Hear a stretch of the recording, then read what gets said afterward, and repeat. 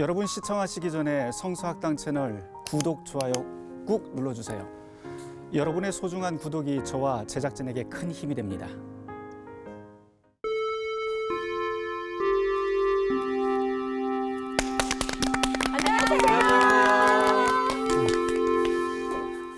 한 주간 잘 계셨습니까? 네. 지난 시간까지 우리가 그 성탄절에 대한 이야기를 좀 했었어요. 성경에 나와 있는 예수님께서 성탄하시던 그 때에 왔던 두 부류의 사람들 이야기를 했었는데, 여러분들 지난 시간 기억나는 거 있으면 뭐 한마디씩만 좀 짧게라도 해볼까요? 우선은 목자와 이제 점성술사, 이제 동방박사에 대한 이야기를 하면서 어쨌든 그 복음이라는 건 이렇게 그 뭔가 정해진 사람이 아닌 모두에게 주는 그 하나님의 선물이라는 걸 좀 알게 됐던 좋은 시간이었던 것 같아요. 네, 좋습니다. 와, 윤정 씨, 진짜 다 얘기하시네요. 아직 남았습니다. 예. 아직 남았대요, 누나. 맞아요. 그리고 이제 복음은 예수님이 이 땅에 오신 이유는 정말 그 소외된 계층들, 그런 이웃들을 더 우리가 돌보고 우리가 더 깊이 생각하고 사랑해야 된다라는 그게 가장 중요한 핵심이었던 것 네, 같아요. 좋습니다. 네. 수지 씨. 진짜 그리고 약간 디테일한 것들을 우리가 그냥 지나친 거. 동방박사는 3명인 줄 알고 평생 살았다가 네네, 그렇죠. 아주 그냥 그때 우리가 한 군단이 움직이더만요. 그러니까 우리가 조금 이렇게 그냥 이렇게 넘어갔던 것들 중에 디테일 잡아주시니까 너무 좋고요. 또 특히나 제가 요즘 좀 이제 교양 있다는 소리를 듣게 됐습니다. 명화를 보는 사람이라서. 네, 모든 분들이 지금 아마 그렇게 바뀌었을 것 같습니다. 여행만 다니시는 게 아니고 그렇죠. 명화를 감상하다가 여행을 갑니다. 네, 감사합니다. 저는 유대인이 소를 의미한다라는 걸 이번에 처음 알게 됐는데 네. 그 두 그림에서 소는 항상 나오더라고요. 근데 항상 그 자리에 그 역사의 순간들에 있었지만 참된 빛 대신 예수님을 보지 못하는 게 얼마나 안타까운가라는 생각을 하게 되는 것 같습니다. 네, 좋습니다. 소 이야기가 나왔으니까 조금 다른 이야기인데요. 그 예수님의 탄생 기사 그 성화들을 보게 된 명화들을 보면 종종 예수님이 태어난 그 장면을 소가 있긴 한데 소가 외면하는 장면들도 있어요. 네, 그것도 이제 의미가 있겠죠. 유대인들은 그리스도의 탄생을 외면했다라고 하는 그런 의미도 그런 메시지로 남겨놓습니다.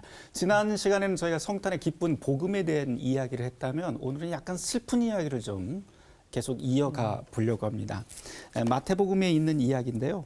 마태복음 2장 13절에서부터 23절까지 내용을 보면 예수님께서 태어나신 다음에 곧바로 무슨 유년기로 들어가는 게 아니고 그 다음에 있었던 하나의 비극적인 이야기들이 짧게 소개가 되고 있는데, 그 이야기를 여러분하고 하려고 합니다. 이집트 피난을 가시고 또 피난 가는 중에 베들레헴에 그 태어난 아기들이, 두 해 밑에 아이들이 다 학살당하는 그런 이야기가 이 안에 펼쳐지게 됩니다. 그래서 오늘 그 이야기를 함께 나눠보도록 하겠습니다. 오늘 수업, 명화로 읽는 그리스도의 생애 5강, 이집트 피난과 학살된 아이들. 2장 13절에서부터 15절까지 말씀을 우리 윤정 씨가 한번 읽어주실까요? 그들이 떠난 후에 주의 사자가 요셉에게 현몽하여 이르되, 헤롯이 아기를 찾아 죽이려 하니 일어나 아기와 그의 어머니를 데리고 애굽으로 피하여 내가 내게 이르기까지 거기 있으라 하시니, 요셉이 일어나서 밤에 아기와 그의 어머니를 데리고 애굽으로 떠나가 헤롯이 죽기까지 거기 있었으니, 이는 주께서 선지자를 통하여 말씀하신 바 애굽으로부터 내 아들을 불렀다 함을 이루려 하심이라. 아멘. 네, 여기까지 볼 텐데요.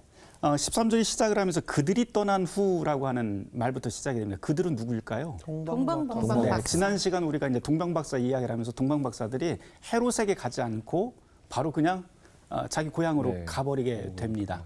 그래서 이 동방박사가 떠난 후에 주의 천사가 누구에게 나오냐면 이제 요셉에게 두 번째 현몽을 하게 됩니다. 그러면서 헤롯이 아기를 찾아서 죽이려고 하니 일어나서 그의 어머니를 데리고 애굽으로 피하라라고 합니다. 이 대목에서 저희가 좀 생각을 해볼 만한 이야기가 뭐냐면, 아니 일어나서 가라고 하는데 도대체 왜? 라고 하는 질문을 왜 요셉은 안 했을까? 요셉은 늘 보면 꿈을 꾸면은 그냥 곧장 아멘하고 그냥 일어나요. 왠지 이 정도 우리 질문할 수 있지 않을까요? 그때 목사님 말씀하셨듯이 요셉은 의인이었기 때문에 네. 의인은 하나님 앞에서 정돈된 사람이라서 하나님의 말씀에 바로 따라서 실행하지 않았을까. 아니 근데 아무리 정돈된 사람이라 해도 의문점이 있을 수 있잖아요. 그렇죠. 알고나 좀 갑시다. 여기 이럴 수도 있지. 찾아 죽이려 한다니까 도망가지 네. 않았을까 싶기도 하고. 여하튼 지금 여기에 나와 있는 요셉은 천사의 이야기를 듣자마자 거기에 순종하고 곧바로 일어나게 됩니다. 14절에 보면 요셉이 일어나서 밤에 아기와 그의 어머니를 데리고 애굽으로 떠났다고 그러는데요. 약 400km의 그 여정입니다. 야. 그런데 여기 밤이라고 되어 이렇게 우리가 번역을 해놨지만 사실 원문에 보면 야음을 틈타라고 이렇게 번역을 할 수가 있을 것 같아요. 그러니까 아주 몰래 움직였다는 거예요. 지금 상황이 너무 급박하기 때문에 몰래 떠나게 됩니다. 그러면서 헤롯이 죽을 때까지 거기에 있었다. 애굽에서 피난민의 삶으로 난민의 생활을 예수님께서 그 가족들이 함께 하게 됩니다. 겉으로 보면은 굉장히 불행한 예수님의 생애 초기 이야기가 시작이 되는데요.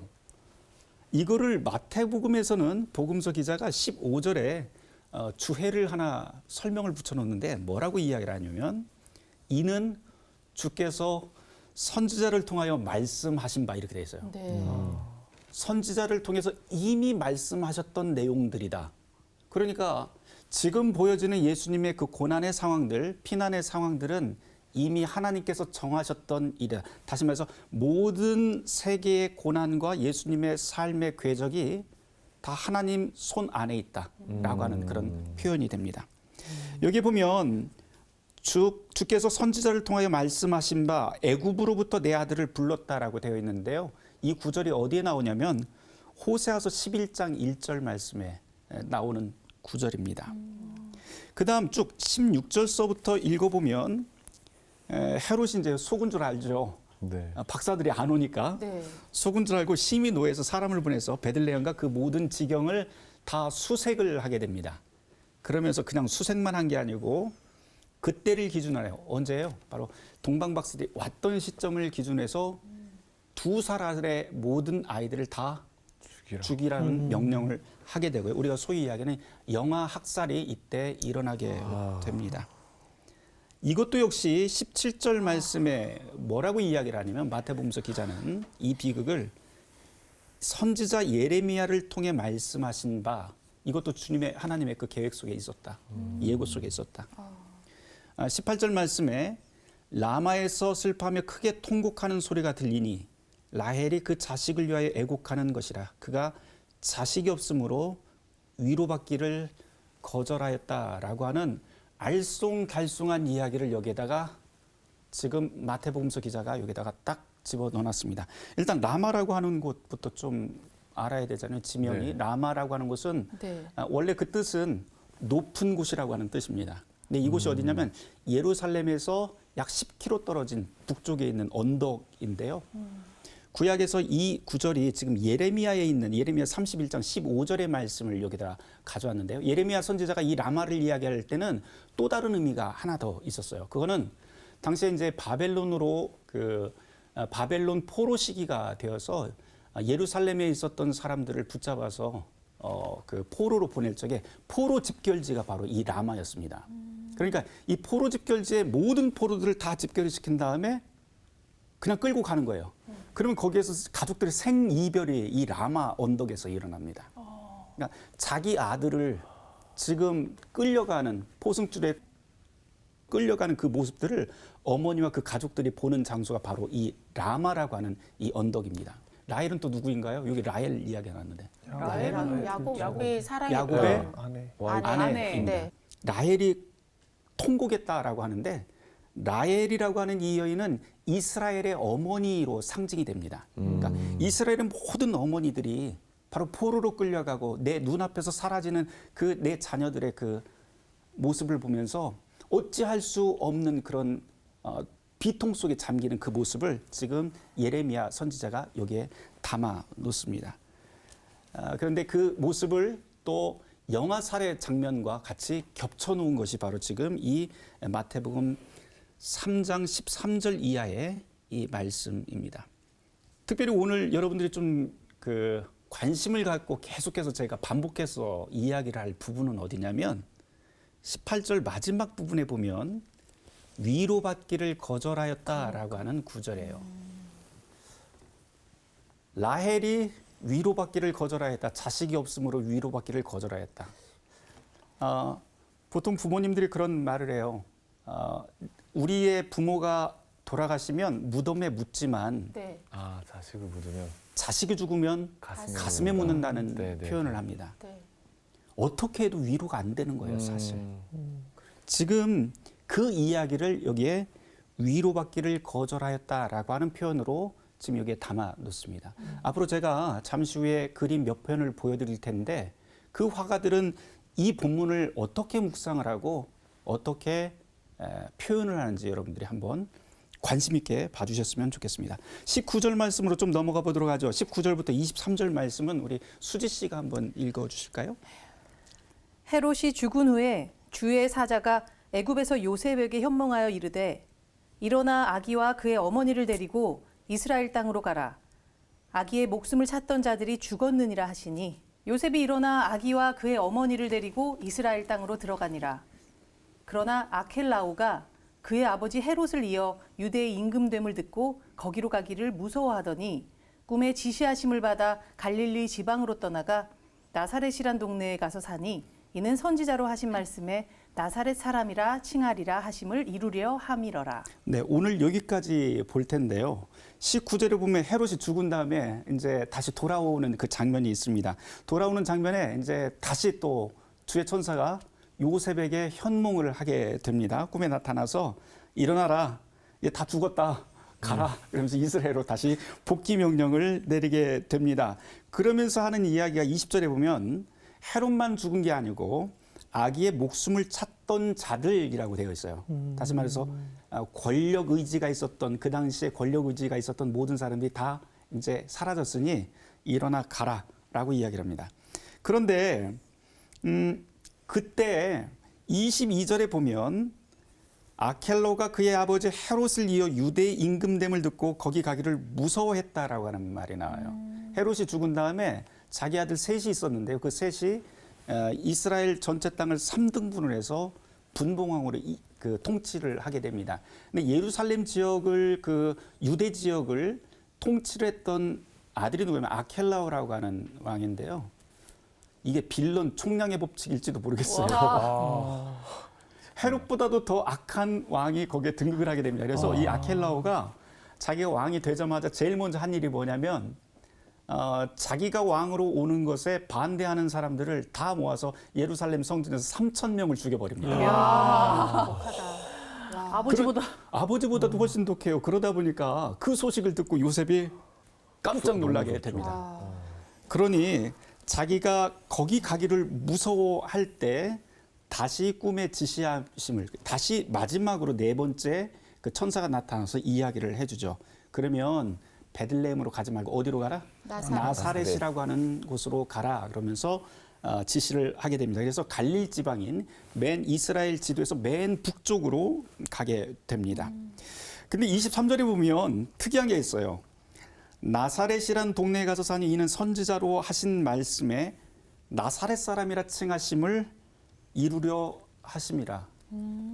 그러면 지금 선지자가 나사렛이라고 하는 이름이 분명히 나왔어야 되는데 구약에 보면은 메시아가 나사렛에서 난다라고 하는 구절이 단 한 구절도 나오지 않습니다. 어디서 들었던 것 같은데.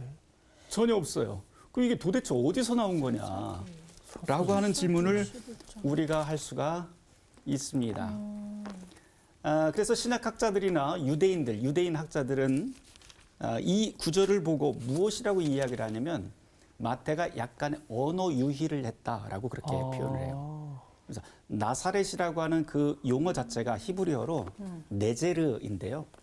가지라고 하는 뜻입니다. 싹 또는 가지. 이게 어디 나오냐면 이사야서 11장 1절에 보면 이새의 뿌리에서 싹이 돋고 그다음에 가지가 나온다라고 했을 때 그 가지가 바로 네제르입니다. 네제르라고 하는 말을 한국어로 번역을 하면 어떻게 되면 나사렛이라고 하는 말과 아주 유사해요. 그래서 당시 사람들이 이 소리를 이사야의 그 예언을 바로 이런 식으로 이 마태는 다시 재해석을 해서 바로 그 이새는 누군가요? 다윗의 아버지잖아요. 네. 왕족. 이미 이야기가 되고 예언이 되었던 그 왕족의 혈통, 메시아의 혈통에서 한 가지가 나오는데 그 가지가 바로 이 나사렛이라고 하는 동네에서 나오게 된다라고 하면서 이 예언을 여기에다가 첨가를 하게 됩니다. 특이한 건 지금 이 나사렛이라고 하는 곳은 또 신약에서 나다나엘과 대화하는 장면에서 보면 나사렛에서 무슨 선한 것이 날 수 있어 이런 네. 이야기 나오잖아요. 네. 아주 이름 없고 볼품없는 동네예요. 도대체 이런 동네에서 무슨 메시아가 난단 말이야 라고 할 정도로 이 나사렛이라고 하는 말은 일종의 멸칭입니다. 멸칭. 다시 한번 생각해 보면 이것도 참 특이해요. 왜냐하면 왕과 메시아, 세상을 통치할, 세상을 구원할 구주가 나신다고 그러는데 그 구주가 오실 장소는 우리 인간의 생각으로 따지면 왕궁이라든지 서울 같은 대도시라든지 교육 잘 받는 그런 도시라든지 이런 곳이어야 될 텐데 그런 가문이어야 될 텐데 가문도 이상해요. 지역도 이상해요. 게다가 여기에서 가지라고 하는 나사렛 대신에 다른 걸로 쓰면 더 좋았을 단어가 있어요. 사실은 그냥 가지, 조그만 가지가 아니고 왕권을 상징을 할 때는 이스라엘 사람들은 항상 무슨 나무를 생각하냐면 백향목을 생각합니다. 백향목이 나올 것이다. 뭐 이런 식으로 했으면 좋을 텐데 그렇지 않아요. 싹 또는 아주 연약한 가지 이런 식으로 표현을 해요. 그러면 지금 이 마태복음에서 정말 이야기하고자 하는 것이 무엇인지 살짝 우리가 엿볼 수가 있는데 그것은 하나님께서 당신의 길을 마련하시는 방식이 우리의 생각을 뛰어넘는다는 거예요. 우리는 왕, 권력, 힘 있는 사람 또는 지식인 여기에서 정말 지혜로운 사람, 세상을 통치할 사람이 나올 것이라고 기대하지만 하나님의 방법은 모든 것을 역전시키는 방법으로 하나님께서 일하신다. 가장 연약한 사람에게 가장 기쁜 소식을 전하고 우리가 스스로 쌓아 올린 담을 훌쩍 뛰어넘는 우리 바깥의 사람들에게 하나님께서 먼저 기쁜 소식을 전하고 또 가지처럼 연약한 순에서 하나님께서 당신의 구원의 사역을 시작하신다라고 하는 것을 지금 이 마태복음서에서 지금 이야기를 하고 있습니다. 자, 이제 우리 좀 그림을 좀 한번 보도록 할까요?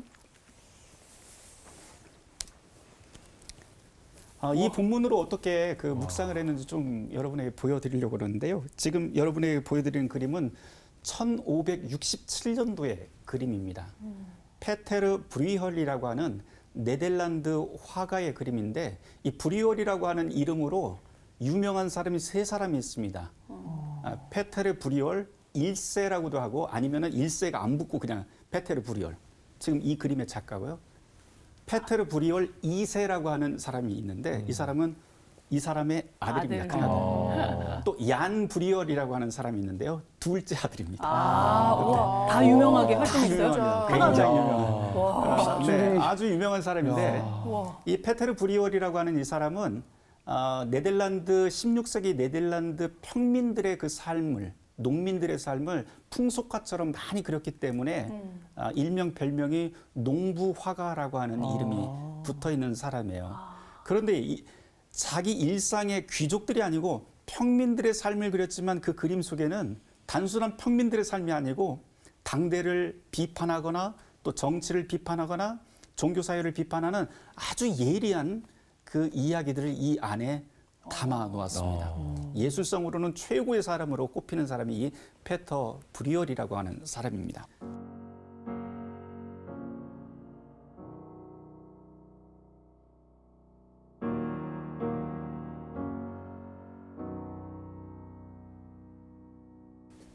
여러분에게 이 보여드리는 이 그림은 언뜻 보기에 어떤 느낌이 드시나요? 또 오히려 그냥 언뜻 보기에는 따뜻한 느낌도 좀 그렇죠. 있어요. 네. 밝아 보여요, 오히려. 네, 뭐 빨간 벽돌집에 흰 눈 쌓이고 하늘은 뭔가 파랗고, 네 그렇습니다. 근데 점점 자세히 보면은 뭔가 이상해집니다. 중앙에 그쪽에, 예, 맞아요. 군인들도 있고요. 벽을 물로 차고 문을 차고 또 있어요. 사람들도 사람들도 있고, 있고. 뭐 앉아 있는 여인들도 있고, 가까이 가면 갈수록 점점 비극적인 이야기들이 네. 여기에 펼쳐집니다. 제목은 두 가지 제목으로 알려져 있어요.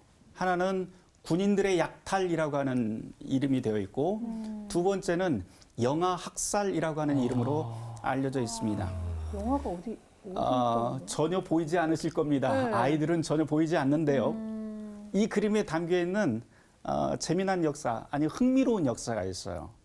뭐냐면 이 그림이 1567년도에 그려졌지만 나중에 이 그림을 소장하게 된 사람이 누구냐면은 1500년도 후반기에, 그냥 16세기 후반부에 신성 로마 제국의 황제가 되는 루돌프 2세라고 하는 사람이 이 페테르 브리얼의 그 그림을 수집을 하게 됩니다. 이 사람이 예술품 수집 광이었는데 그 중에서도 예술품 중에 이 브리얼의 그림을 너무 좋아했어요. 그래서 모든 그림을 다 싹쓸이 하다시피 다 모았다고 그래요. 그런데 이 그림을 딱 모아서 가져와 보니까 너무 참혹하더라는 거예요. 이유는 원래 그림은 이 그림이 아니었기 때문에요. 여러분들 지금 보시면 여기에 지금 뭐 보자기라든지 아니면은 거위라든지 이렇게 붙잡혀 있고 그릇이 깨졌다든지 이런 모습들이 보이겠지만 사실은 원래 이 자리에는 아이들이 살해된 그 모습들이 여기에 있습니다. 이거를 어떻게 알게 되었냐? 나중에 이제 이 루돌프 2세가 자기 궁정 화가들에게 명령을 해서 덧칠을 하라고 해요. 너무나도 참혹하니까. 그래서 이게 지금 남아있는 그림은 덧칠한 그림입니다. 우리는 그러면 원래 원작은 어떻게 되어 있을까? 이것을 어떻게 확인을 했느냐? 아들이 복제품을 그리게 됩니다. 아니, 아들이 피터 브리엘 2세는 아버지의 그림을 복제하기로 굉장히 유명한 화가입니다. 아버지가 신기하다. 그림을 그리면서 밑그림을 남겨놨는데요. 네. 그 밑그림을 밑에다 펼쳐놓고 위에다 그렸기 때문에 구도나 색깔 거의 완벽하게 복제를 하게 됩니다. 자, 그래서 원래 이 그림이 어떤 것인지 한번 확인할 수 있는 그림이 바로 이 그림입니다. 앞서서 그렸던 그림과 제가 부분적으로 조금 더 확인을 해드릴 텐데요. 큰 그림으로 보자면 여기에 동물들을 이렇게 하는 죽이던 장면들이었지만 사실은 여기 보면 아이들을 창으로 찔러서 죽인다든지 어머니가 죽은 아이를 안고 있다든지 하는 모습들이 여기에 볼 수 있습니다. 지금 남아있는 그림에서는 보자기를 그냥 안고 있는 네네. 그런 모습, 또 죽은 아이를 안고 있는 모습을 여기에서는 그냥 자루를 들고 있는 모습으로 덧칠을 해놓은 것이 지금 남아 있습니다. 피터 브리엘 2세가 복제품으로 그린 게 14점이 있는데요. 그 14점이 지금 세계 곳곳에 굉장히 유명한 그 미술관에, 박물관에 지금 전시가 되어 있습니다. 이 그림이 도대체 왜 나왔는가 이런 배경도 중요하잖아요. 네. 사실은 네덜란드 역사에서 이 시기가 역사적으로 굉장히 비극적인 시기였는데요.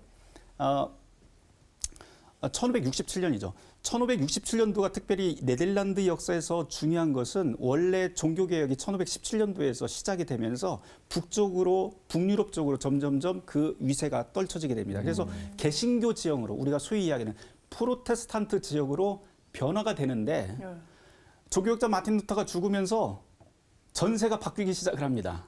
그러면서 가톨릭 진영에 있었던 스페인의 합스부르크 왕가라든지 신성 로마 제국이 밀고 들어와서 이 네덜란드 지역을 통치를 시작을 합니다. 그게 1567년에 알바공이라고 하는 스페인의 왕가가 들어와서 통치를 시작을 하는데 오자마자 했던 일이 뭐냐면 1567년에 숙청을 시작을 해요. 그 숙청은 종교 숙청이죠. 다시 말해서 가톨릭 신앙이 아닌 사람들, 개신교 신앙을 가지고 있는 사람들을 데려다가 이 사람들은 이단자다 그래서 화형을 시킨다든지 하는 그런 일들이 일어나게 됩니다. 정확하게 그 해에 그린 그림이 이 그림이에요. 1567년에. 그러면 이 그림의 원래 명칭은 영아사례입니다. 마태복음에서 우리가 읽었던. 그런데 그 영아사례의 그 장면을 피터 브루엘은 단순히 영아사례로 그려놓은 게 아니고 지금 우리 주변에서 일어나는 일로 사건을 바꿔버린 거예요. 한번 보세요. 이 그림 속에서 보면 헤롯의 군대가 아니라 그죠. 그네요, 진짜. 중세 시대 그럼 스페인 군대가 있고 그런 거? 그렇습니다. 지금 스페인 군대들이 지금 와 있는 그런 모습입니다. 여기 있는 이 사람이 알바공일 거예요, 아마. 헤롯 대신에 알바공을 여기다 그려놓고 네네. 스페인 군대, 헤롯 군대가 아닌 스페인 군대를 이 안에다가 그려놨습니다. 멀리서 보면 풍경한데 맞아요. 가까이서 보면 비극이 됩니다. 저는 이 그림에서 이 그림이 정말 가슴 아픈 건 뭐냐면 일상 속에 갑자기 폭력이 들어왔다는 거예요. 그리고 더 가슴 아픈 건 뭐냐면 이렇게 폭력이 난무하고 사람이 죽어가는 이런 사륙의 현장에 하늘은 무심하게도 너무 파랗네요. 맞아요. 눈이 너무 아름답다는 거예요. 맞아. 빨간 벽돌도 너무 아름다워요. 하나님은 도대체 계실까? 이런 무력감을 이렇게 담아놓은 것으로 저는 읽힙니다. 다음 그림 하나 더 보도록 하죠.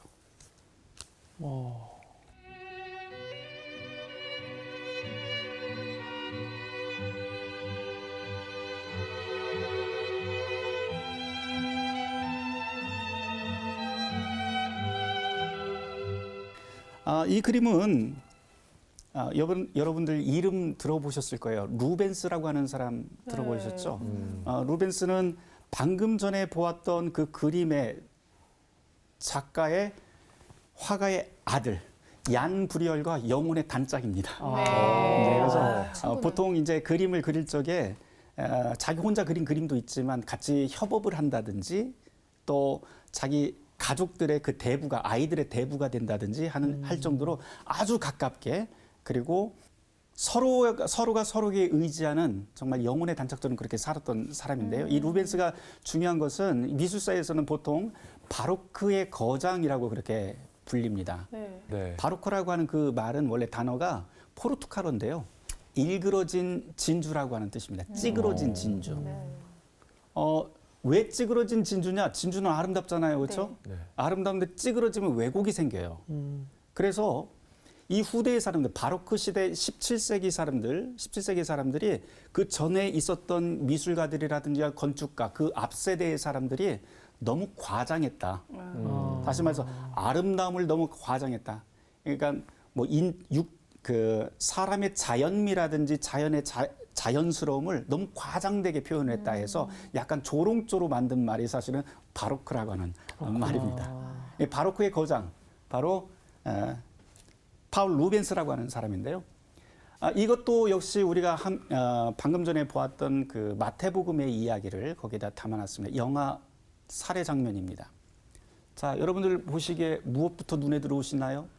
이렇게 던지려고 하는, 네, 아이를 던지려고 하고 또 뺏기지 다른 거? 않으려고 하는 엄마. 네, 뺏기지 않으려고 하고 저 끝에 보면 군인들이 계속해서 쫓아가는 그런 장면도 나오고요. 지금 사륙의 장면들이 나옵니다. 앞서서 그 브리얼의 그림 같은 경우는 우리가 멀리서 보는 그림이었다면, 멀리서 점점점 앞으로 가야만 보이는 그림이었다면, 루벤스의 그림은 아예 우리를 그냥 앞쪽에다 세워놔 버립니다. 앞쪽에다 세워서 이 장면에서 우리가 빠져나가지 못하게끔 우리를 확 휘어잡아 버려요. 너도 지금 여기에 있어 라고 하면서. 자, 한번 조금 더 자세히 보도록 하죠. 이 그림에서 보면 중앙에 있는 그 여인, 그리고 아이를 뺏기는 그 여인들의 그 마음들을 얼마나 적나라하게 보여주냐면 지금 손으로 군인의 얼굴을 핥히는 그런 모습도 나오고요. 또 아래쪽을 보시면 이미 아이가 죽었어요. 아이가 죽었는데 어머니가 죽은 아이를 붙잡고 통곡하는 모습도 보이고요. 여기저기 이미 죽은 아이들의 그 모습들이 여기에 보입니다. 던지지 말라고 애통하는 여인의 모습. 근데 남자들이 애통하는 모습은 하나도 없어요. 어디 갔어? 왜냐하면 바로 이 마태복음 2장 18절의 말씀을 묵상하고 여기에다 그대로 담아놨기 때문에요. 어머니의 위로받기를 거절하였다라고 하는 어머니의 그 마음들을 여기에 담아놓습니다. 보통 여인들의 모습들을 그릴 적에는 가냘프고 연약한 모습으로 그리지만 지금 그 가냘프고 연약한 모습이 아니라 여기서 보면은 여인들이 아이를 지키기 위해서 정말 근육도 보이고요. 전사 같은 모습으로 자기의 영혼을 불태우는 모습들을 보여주게 됩니다. 앞서서 브리엘의 그림과 이것을 비교를 해보면 완전히 차이가 나는데 앞에서 브리엘은 자기에게 당하는 지금 재난과 시련을 덤덤히 그냥 받아들여요. 어찌할 수 없어요. 하나님 정말 계신가요? 하면서 묵묵하게 받아들이는 모습으로 침묵하는 그림으로 보인다면 여기에서는 끝까지 저항하는 모습으로 어머니들의 모습을 통해서 보여줍니다. 시련이 우리에게 다가왔을 때 우리는 그 시련을 대하는 여러 가지 태도들을 볼 수가 있는데 정반대의 모습들을 여기서 보이지만 그럼에도 불구하고 어머니의 이런 저항들, 이 어머니의 저항은 아이를 지키기 위한 또한 생명을 지키기 위한 어머니의 그 저항들이 너무나도 숭고하게 보인다고 하는 것은 우리가 잊을 수가 없는 대목인 것 같습니다. 네. 여러분들 이거 어떻게 보이십니까? 치열해 보이는데요. 네. 비명 소리가 네. 들려요. 세 번째 그림을 좀 보도록 하죠. 이건 뭐야? 마지막으로 여러분에게 소개할 그림은 아주 특별한 화가입니다. 이름은 미켈란젤로 메리시 다 까라바조. 이름이 미켈란젤로하고 똑같기 때문에 보통 부를 적에는 우리가 그냥 까라바조라고 하는 이름으로 더 통용이 되는 인물입니다. 미술사에서 가장 혁명적인 화가 중 한 명으로 꼽히는데요. 이 사람이 1571년에 밀라노에서 태어나서 39의 나이에 1610년도에 죽게 되는데 죽은 사인을 아직까지 모릅니다. 그냥 길거리에서 죽은 채로 시신으로 발견이 됩니다. 이 사람은 천재적인 재능도 있었고 그런데 또 반면에 폭력적인 기질이 너무 강해서 사람을 살인을 한다든지 하는 일들도 있었고요. 그래서 도망자가 되어서 한동안 계속 도망자의 신세로 살았던 사람이기도 합니다. 까라바조 자신이 도망자 신세였기 때문에 아마 이 도망자의 마음을 더 잘 알았을지도 모르겠어요. 오늘 여러분들에게 보여주는 이 그림은 우리가 오늘 마태복음 2장 19절에서 보았던 그 내용인데요. 이집트로의 피난이라고 하는 그 그림입니다.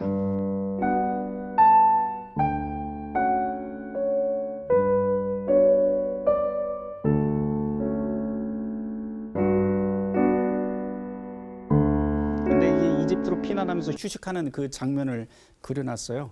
이게 이제 까라바조의 초기 그림 중에 하나인데 크기는 뭐 166, 133이니까 사람보다 조금 작은 뭐 그 정도 크기입니다. 아마 요 정도 요것보다 조금 더 큰 정도일 것 같아요. 자, 앞서서 제가 두 개의 그림을 보여줬는데요. 학살의 장면들을 보여줬다면 이거는 전혀 다른 이야기.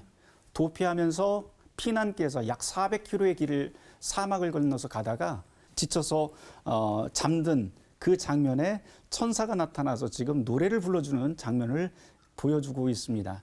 근데 사실 여러분들이 한 가지 오해하지 마셔야 될 건 성경에는 천사가 나타나는 장면도 없고 노래를 불러주는 이렇게 바이올린을 켜는 장면도 없습니다. 이것은 순전히 카라바조의 창작입니다. 네. 그러나 창작임에도 불구하고 여기에서는 우리가 묵상할 만한 메시지가 이 안에는 담겨 있어요. 이 그림을 조금 설명을 한번 해보도록 하죠. 누군가요? 마리아와 예수님. 네. 여기는 마리아와 마리아님. 예수님 네. 지금 잠들어 있습니다. 그 모진 여행 길에서 잠이 들 수밖에 없겠죠. 잠깐 쉬는 시간이니까. 여기는 가운데 천사가 있고요. 여기는 누구? 요셉입니다. 요셉 저렇게 나이가 많아요? 나이가 좀 네, 있으시네. 보통 여러분들이 눈치채셨을지 모르겠지만 우리가 소위 성가족, 거룩한 가족이라고 그렇게 이야기하는데 예수님의 가족들 그릴 때 요셉은 상대적으로 굉장히 나이가 들어있고요. 곧 죽을 것처럼 그렇게 나이가 들어있고 마리아는 절대 늙지 않는 나이가 안 들어 보여. 항상. 그런 모습으로 그리는 것이 보통입니다. 왜 이 요셉을 이렇게 나이 들게 그렸을까라고 하는 것도 하나의 수수께끼처럼 우리에게 주어질 수 있는데 요셉은 그 이후로 나타나질 않잖아요, 성경에서. 이 요셉이 하는 일은 다른 말로 하면 구약과 신약을 이어가는 하나의 매개자로서 자기 역할을 하고 사라져 버립니다. 그래서 나이 많은 사람으로 또는 빛이 없는 사람으로 이렇게 보여지지만 실제로는 이 사람이야말로 참으로 신앙인의 모습을 보여준다고 할 수가 있죠. 천사 잠깐 보도록 할까요? 이 천사가 좀 독특해요. 왜냐하면 맞아요. 네. 날개가 검은색인데요. 네. 보통 성화에서 천사를 그릴 적에는 날개가 황금빛이든 아니면 무지개처럼 이렇게 다양한 색깔이 있든 이렇습니다. 그런데 여기는 검정색입니다. 네. 실제로 이 그림을 보고 많은 해석가들이 뭐라고 이야기를 하냐면 카라바조가 그냥 그린 게 아니고 의도를 가지고 이렇게 그렸다. 그리고 실제로 이 지금 깃털은 날개는 당시 제비를 앞에다 놓고 그렸다라고 하는 그런 해석도 있습니다. 왜 제비의 모습으로 그렸을까요? 제비? 그 의미가 우리가 생각하는 그런 제비는 아니고요. 네. 제비의 모습으로 그린 것은 하나님의 천사가 이 땅의 현실 세계로 들어왔다라고 하는 것을 이야기하기 위해서 그렇게 그렸다고 해석을 합니다. 이상적인 것이 아니고 이 땅에서 볼 수 있는 그 새의 날개를 가지고 오셨다. 그러니까 성육신의 의미를 이 천사에게도 지금 부여를 하고 있습니다. 그러니까 지금 악보도 못 외워갖고 들어서 악보 들어주고 있잖아요. 네, 맞습니다. 악보 들어주고 있잖아.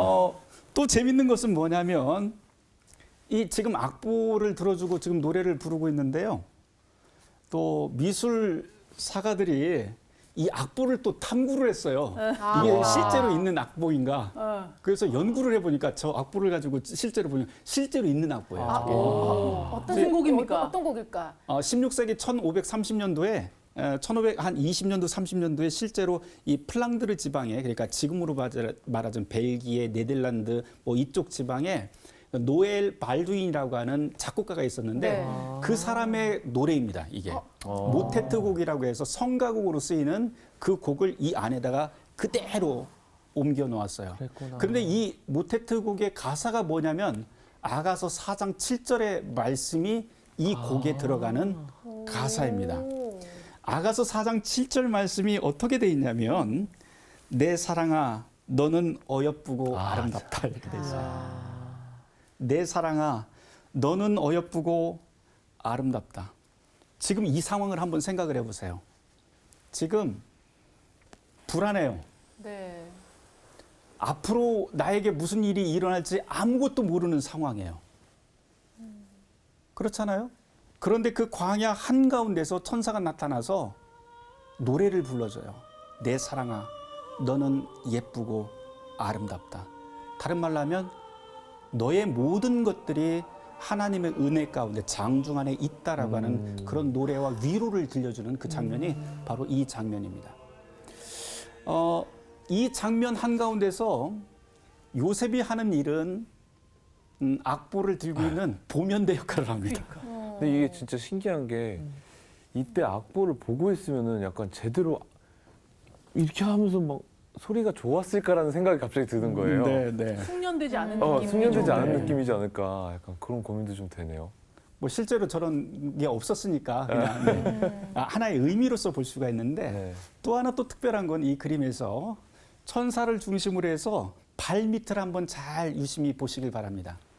왼쪽과 오른쪽을 보시면 색깔이 다르네. 일단 색깔이 다르고 네.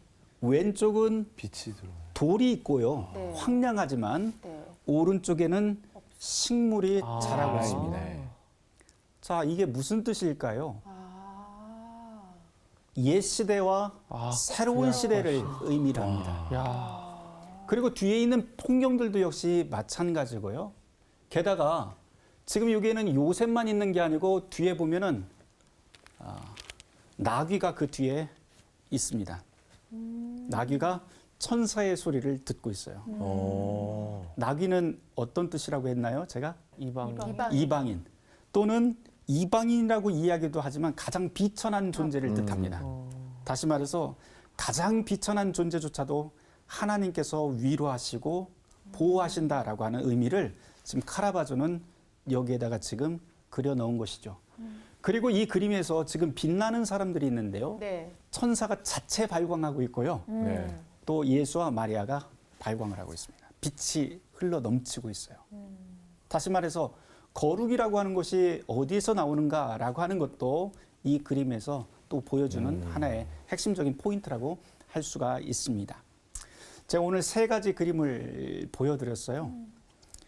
세 가지 그림을 보여드리면서 슬픈 이야기라고 제가 앞서서 말씀을 드렸는데, 이 그림 보면서 함께 좀 고민을 해야 될 부분은 난민, 네. 아이들 이야기입니다. 전 세계에서 계속해서 난민들이 계속 벌어지고 전쟁도 있고 또 도륙의 상황들이 전쟁이 끊이질 않는 걸 우리 여러분들 잘 아실 텐데, 가장 피해를 보는 사람은 사실 아이들이죠. 난민의 50%가 아동이라고 합니다. 우리가 예수님의 탄생에 성탄절을 기뻐하고 노래를 하면서도 사실은 거기에 도취돼서 감정적으로만 도취될 게 아니고 참으로 성탄을 기뻐하는 그 자세라고 한다면, 우리 주변의 난민들, 그리고 아이들, 그리고 가장 연약한 곳에서, 그리고 길을 잃어버리는 사람들, 지금 앞이 보이지 않고 내일을 기약하지 못하는 사람들이 우리 주변엔 참으로 많을 텐데, 그런 사람들은 도대체 누구일까라고 하는 것을 묵상하고 또 기도하고 그 사람들 곁에 가서 함께 노래 불러주는 것도, 또 그 사람들과 위로해 주는 것이 성탄을 맞는 우리의 자세라고 할 수가 있을 것 같습니다. 천사는 단순히 하늘에서 뚝 떨어지는 사람 아닙니다. 우리 역시 세례 받았다고 하는 것은 다른 말로 하자면 우리가 이제 천사로 부름받았다라고 하는 뜻이 됩니다. 여러분이 천사입니다. 네. 또 달리 생각을 하면 우리 자신에 대한 이야기일 수 있습니다.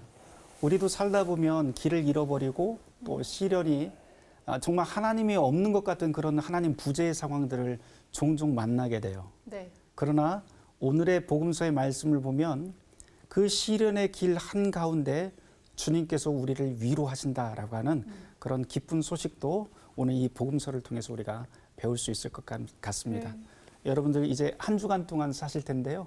여러분이 천사가 되어서 그리고 또 말씀으로 또 위로받고 힘을 얻는 그런 한 주간이 되시길 바랍니다. 감사합니다.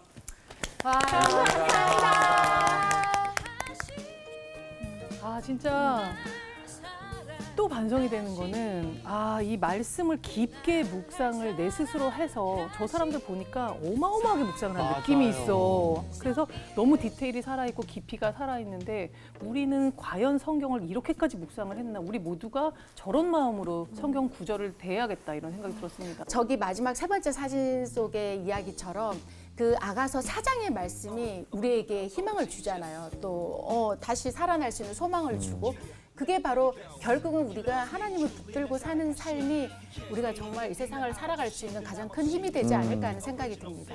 네. 네, 저는 어쨌든 하나님이 보시는 시선, 그곳이 가장 높은 곳이 아니라 가장 낮은 곳이라는 걸 좀 더 알 수 있었던 시간인 것 같아요. 맞아요. 우리 한 주를 살아가면서 소외된 계층들을 좀 생각하는 그런 또 한 주를 잘 살았으면 좋겠습니다. 감사합니다. 감사합니다.